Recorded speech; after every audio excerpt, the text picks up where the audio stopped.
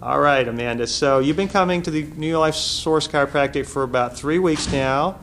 And when you came in, you said you were, what, on about 30 pain pills a day? Yes. Okay. And tell me how you were doing then.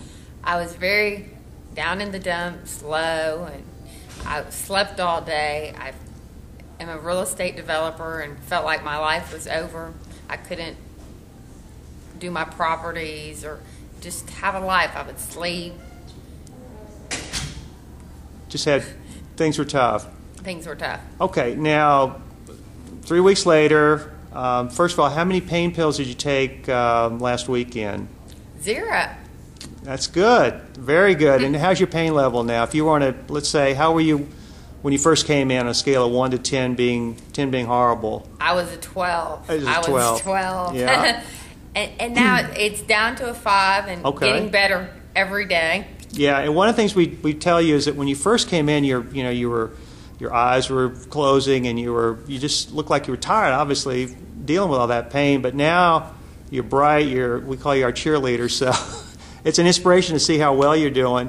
And what's also important, I think, is I'd like you to share a little bit about your story of when this began, what you had, and sort of who you went to before you came here.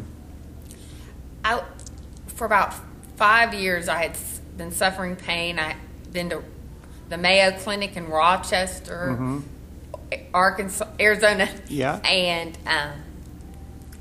twice I've had numerous MRIs. I've spent over $1 million to get better. And how did all that work for you?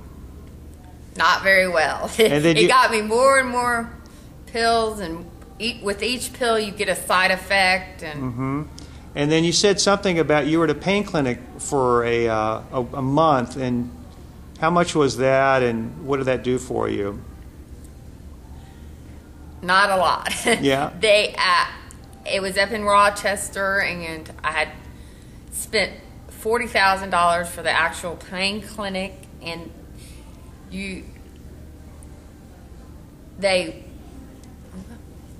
That's okay. So what do? They teach, you said? You learn breathing techniques and different ways to handle your pain, but I still had the pain. So that didn't help. No. And then you said one other story about you had a new Land Rover and you loved it, but you weren't able to drive anymore. All the medicines and the pain robbed me of the ability to drive. I was almost killed in a horrible pain crash and a car crash on the freeway. It also robbed my mind. Like, that's what I've noticed in the last 3 weeks is I've gotten my ability to think back slowly.